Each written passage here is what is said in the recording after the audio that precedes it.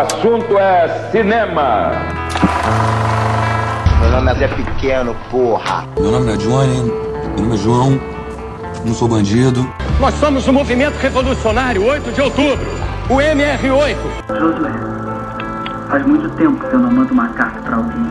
Quem quiser que venha, que eu acabo com a raça de qualquer um aqui. A galinha fugiu, pega a galinha aí, rapaz. Se correr o bicho pega, se ficar o bicho come. Aí o Bob chegou agora, vambora, vai subir ninguém, vai ficar todo mundo aí quietinho aí. Cinema, o assunto é cinema.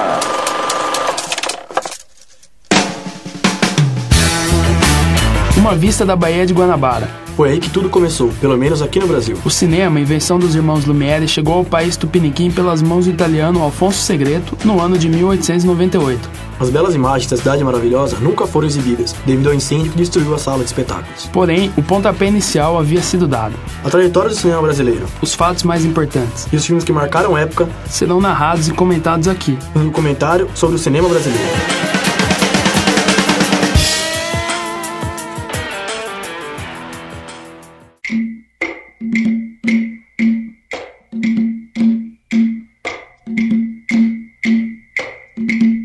O primeiro grande marco na história do cinema brasileiro foi o movimento conhecido como Cinema Novo, influenciado por dois movimentos europeus: o neorrealismo italiano e a Nouvelle Vague, da França.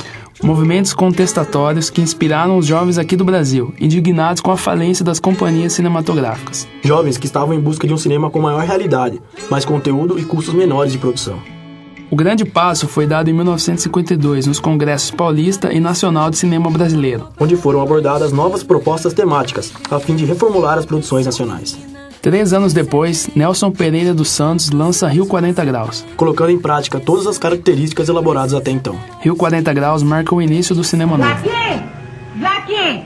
Eu vou te almoçar, véia. Tu não disse que ia na feira pra mim? Por que tá tirando o corpo fora? Não, é que eu tenho que conversar com o compadre. Conversa de vocês, eu já sei o que é, cachaça. Não burrece, já te disse que eu vou te almoçar. Cortar assim não me interessa. Deixa, mãe, que eu vou à feira.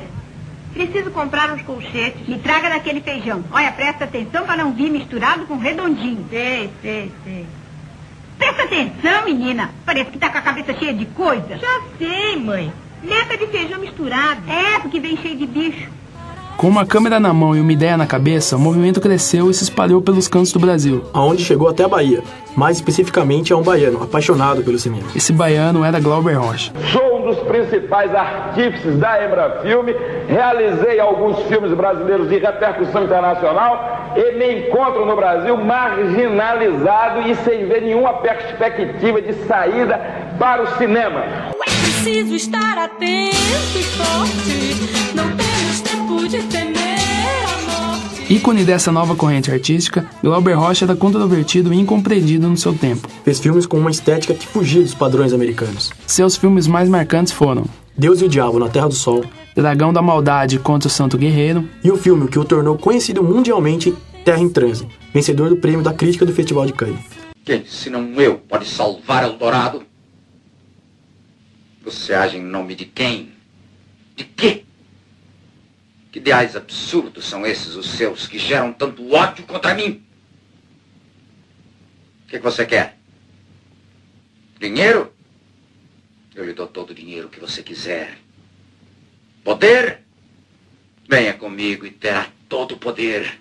Nós batemos um papo com o jornalista e colunista de cinema do Correio Popular, João Nunes, que nos explica a importância desse período no cinema brasileiro. Foi um período de grande criatividade no cinema brasileiro, saindo dos estúdios e indo, por exemplo, para a rua com câmera na mão, que essa era a ideia básica, uma ideia na cabeça e uma câmera na mão.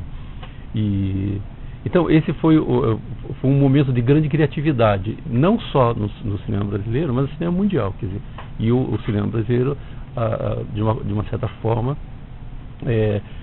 se influenciou por tudo que estava acontecendo no mundo naquele momento. O movimento começa a perder forças no final da década de 60. A ditadura era um inimigo comum dos diretores, em que passaram a driblar a censura com seus filmes. Além disso, os jovens diretores ligados ao cinema novo vão rompendo com esse ideal e partem em busca de novos padrões estéticos. Glauber Rocha, em um dos seus programas de TV da época, mas um desabafo sobre o fim do movimento liderado por ele. O movimento do cinema novo, que era um movimento internacionalmente importante nos anos 60 e que criou o cinema brasileiro, esse movimento do cinema novo foi destruído por várias correntes que mais tarde eu explicarei aqui, chamando a responsabilidade, inclusive importantes cineastas brasileiros que se entregaram à porno chanchada ou ao subcinema comercial e hoje colaboram com as multinacionais e falam mal do cinema novo, prato no qual comeram e se fizeram e do qual não podem sobreviver sem voltar a comer no mesmo prato. No próximo bloco, a porno chanchada. Gênero sinônimo de sucesso de público no cinema. O assunto é cinema. Atenção, é o último dia para você comprar móveis novos a preço de saldo com o melhor preço à vista e a melhor prestação nas Casas Bahia. Guarda-roupa Monte Rei, 6 portas com vidro fumê, lançamento, só R$ 99,90 mensais. Para você comprar móveis novos a preço de saldo, as lojas abrem 1 hora mais cedo. Conjunto estofado continental por R$ 399,00 à vista ou R$ 29,90 mensais. Conjunto estofado Caimã por R$ 599,00 à vista ou R$ 39,90 mensais. E tudo sem entrada. Neste sábado, lojas abertas 1 hora antes. Cinema, o assunto é cinema. O que será que andam suspirando pelas alcovas? Voltamos com um documentário sobre o cinema brasileiro. Falamos no bloco anterior sobre o movimento do cinema novo. Neste bloco falaremos de um novo gênero que levou uma multidão aos cinemas. Que andam acendendo velas dos becos. O cinema novo se desfaz no começo da década de 70. Década que é marcada por ter sido o pior momento da ditadura. No entanto, para aliviar um pouco a tensão, os filmes passam a se inspirar nas comédias italianas, deixando de lado o conteúdo crítico que o cinema novo abordava. Os filmes dessa época ficaram conhecidos como pornochanchadas, devido à presença de elementos das chanchadas, como humor ingênuo de caráter mais popular, e também em virtude da alta dose de erotismo presente em seus filmes. Era conhecido como gênero pornô durante a ditadura. Embora não houvesse nenhuma cena de sexo explícito, o sucesso de público foi grandioso e contribuiu para que mais filmes fossem produzidos em larga escala. Destaques para sucessos como Bye Bye Brasil, A Dama da Lotação, Toda Nudez Será Castigada e Bonitinha Mas Ordinária. Essas 3 últimas produções são inspiradas nas peças do escritor Nelson Rodrigues. Era comum que seus contos fossem transformados em pornochanchadas. Por isso ficou conhecido na época como o anjo pornográfico. No entanto, o maior sucesso de público de um filme brasileiro não veio a partir da obra de Nelson Rodrigues, e sim de Jorge Amado. Dona Flor e Seus Dois Maridos, do diretor Bruno Barreto, foi assistido por mais de 12 milhões de espectadores. É, até hoje, o filme que mais gente levou aos cinemas brasileiros. João Nunes comenta. O que eu acho que determina o pornochanchada é o seguinte. No meio da ditadura, no pior momento da ditadura, que foram os anos 70, a pornochanchada surge como um refresco, ou seja, as pessoas vão para o cinema não mais para ouvir questões políticas e etc. Eles vão para se divertir, porque a pornochanchada é inspirada na chanchada. A chanchada eram filmes simples, populares e ingênuos, comédias basicamente, né? A pornochanchada é o que é? É uma comédia com um tom erótico, basicamente é isso, né? Então, e fez sucesso por quê? Basicamente porque puxava pela questão erótica, né? Então, por exemplo, a Sônia Braga aparecendo nua no filme, todo mundo ia ver. Assim como o cinema novo, a pornochanchada foi perdendo força no início da década de 80. Com a ditadura em declínio, deu-se o fim à obrigatoriedade das cotas de exibição de filmes nacionais. Juntamente a isso, acontece o crescimento de filmes com sexo explícito. E também o surgimento do videocassete. A pornochanchada termina, mas por muito tempo marcou o cinema brasileiro como sinônimo de nudez e palavrão.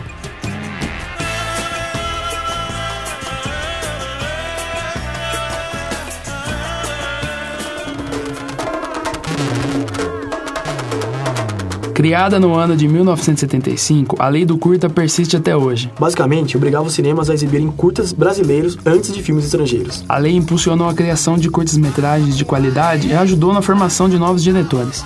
João Nunes relata a falta de espaço para a exibição desses curtas. Que é uma lei que existe até hoje, que ela obrigava a exibição, os cinemas a exibirem filmes curtas antes de longas estrangeiras, né? Mas é uma lei do meio da ditadura. Aí, sabe? Então, eu acho que a questão hoje é a seguinte: nós temos uma geração de curta-metragistas que é maravilhosa. Tem muita gente boa fazendo grandes filmes, premiados no exterior e aqui no Brasil. E o que é preciso hoje é buscar espaço para que esses curtas sejam vistos no cinema.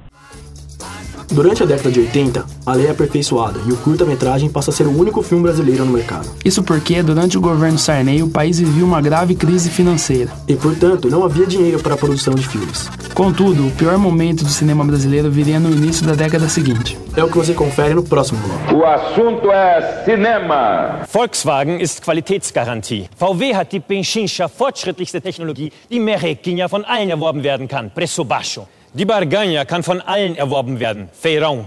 Melhores ofertas do mundo, Volkswagen. Fox 1.0 a partir de 29.690 mais IPVA, limpador e desembaçador grátis. Space Fox a partir de 44.990 mais IPVA grátis. Feirão no estacionamento do supermercado Pague Menos em Nova Odessa e em toda a rede Volkswagen. Cinema. O assunto é cinema. Voltamos a falar sobre o cinema brasileiro. No bloco anterior, você ficou sabendo mais sobre a pornochanchada e a lei do curta. –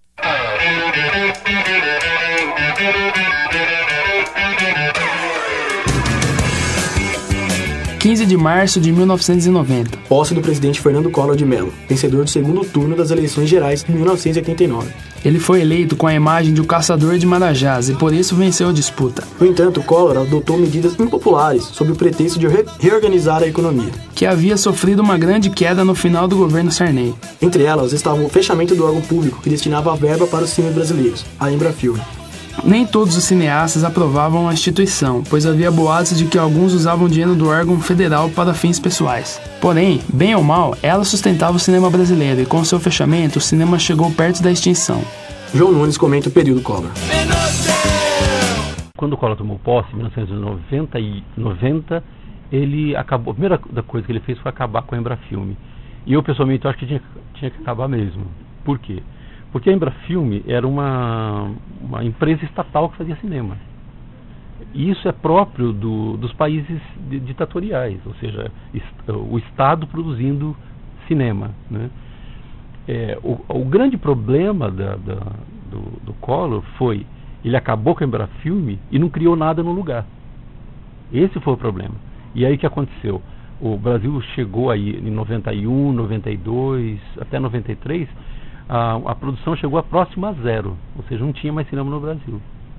Mas em 91 foi criada a Lei Rouanet, mas ela só foi realmente entrou em vigor a partir de 95. A retomada do cinema brasileiro se deu em 1995, com a criação da Lei do Audiovisual. O primeiro filme desse período foi Carlota Joaquina, de Carla Camurati, nesse mesmo ano. A retomada foi estimulada pela indicação ao Oscar em 1999, com o filme Central do Brasil, do cineasta Walter Salles Jr. O filme deu uma nova fórmula do cinema nacional. Histórias bem construídas com temáticas sociais e que falassem da miséria do povo brasileiro de uma outra forma. O primeiro sucesso dessa nova indústria sólida e moderna foi o filme Cidade de Deus, do diretor Fernando Meirelles. Um filme que conta a realidade da violenta comunidade carioca, conhecida como Cidade de Deus. O filme foi um sucesso de público e crítica, tido por vários especialistas como o melhor filme brasileiro já produzido. Nosso entrevistado comenta o filme. Cidade de Deus é cultuadíssimo. Cultuadíssimo. Hoje, a referência, o Fernando Meirelles virou uma referência. As pessoas falam assim, o cara que fez Cidade de Deus, pronto. Entendeu? Abre todas as formas. Mas Cidade de Deus é muito diferente. Ele tem um roteiro que é maravilhoso, ele tem uma fotografia excepcional, grandes atores, enfim, é um belíssimo filme. É um dos melhores filmes brasileiros da retomada, sem dúvida nenhuma. Após Cidade de Deus, o cinema brasileiro cresceu. E como consequência da globalização, passou a ganhar um público fiel fora do país. Filmes como Carandiru, de Hector Babenco, O Bicho de Sete Cabeças, de Laís Bodansky, conquistaram espaço na mídia internacional, renovando a cara do cinema brasileiro. Antes marcado apenas pela nudez e pelo palavrão. Lembra de uma frase que você me disse uma vez? Eu cheguei onde cheguei, quero ver onde você vai chegar. Pois é. Eu cheguei aqui. Aqui é o meu lugar. Você conseguiu, me fez menor que você. O último grande feito cinematográfico aconteceu em 2007. E foi o controverso Tropa de Elite, de José Padilha. Tropa de Elite, eu sou duro de rua. Pega geral, também vai pegar você. Sensação do ano 2007, Tropa de Elite obteve um grande sucesso de público no Brasil, sendo visto por mais de 2 milhões de espectadores. Isso sem contar os que assistiram às cópias piratas. Neste ano, durante o Festival de Berlim, Tropa de Elite obteve o prêmio de melhor filme da competição, recebendo o Urso de Ouro. Você é estudante? Sabe voar? Estudante. Você é estudante? Fala, moleque. Tá de má vontade, porra nenhuma. Vou te mostrar o saco, hein? Ajoelha ele aqui. Cadê o baiano? Fala! Cadê o baiano? Fala! Cadê o baiano? Bota ele no saco. Bota no saco. Mas quem pensou que a fórmula violência e favela faria sucesso fora do país mais uma vez se enganou. Ao contrário do que foi dito aqui no Brasil, Tropa de Elite não foi aceito pela crítica internacional, sendo chamado de feio, incoerente e até mesmo fascista. Você acha que ninguém aqui sabe que você recebe dinheiro do tráfico? Você acha que ninguém aqui sabe que você recebe dinheiro do jogo do bicho? O senhor sabe porque o número do senhor é 01? É porque o senhor vai ser o primeiro a desistir. E eu vou fazer o senhor desistir. Pede pra sair. Pede pra sair. Pede pra sair. Pede pra sair, senão você vai sair. De baixo de porrada. Vai sair de baixo de porrada. Ativismo! 01 desistiu. No próximo bloco, o que esperar do futuro do cinema brasileiro? Eu sou Inês Adani, sou voluntária do Boldrini e sei o quanto vale a sua ajuda. O Boldrini precisa da sua mãozinha para comprar um aparelho de ressonância nuclear magnética. Ligue agora 0500 3787 010 para doar R$10. Para doar R$20, ligue 0500 3787 020 ou 0500 3787 030 para doar R$30. Mas ligue agora, o Boldrini precisa da sua mãozinha. Cinema, o assunto é cinema.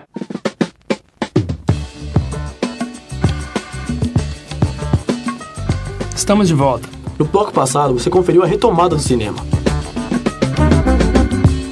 A expectativa com relação ao futuro do cinema brasileiro é enorme. Grandes diretores e grandes produções surgem a cada ano. O reconhecimento do Brasil como uma potência cinematográfica é maior. Consequentemente, a crítica também é.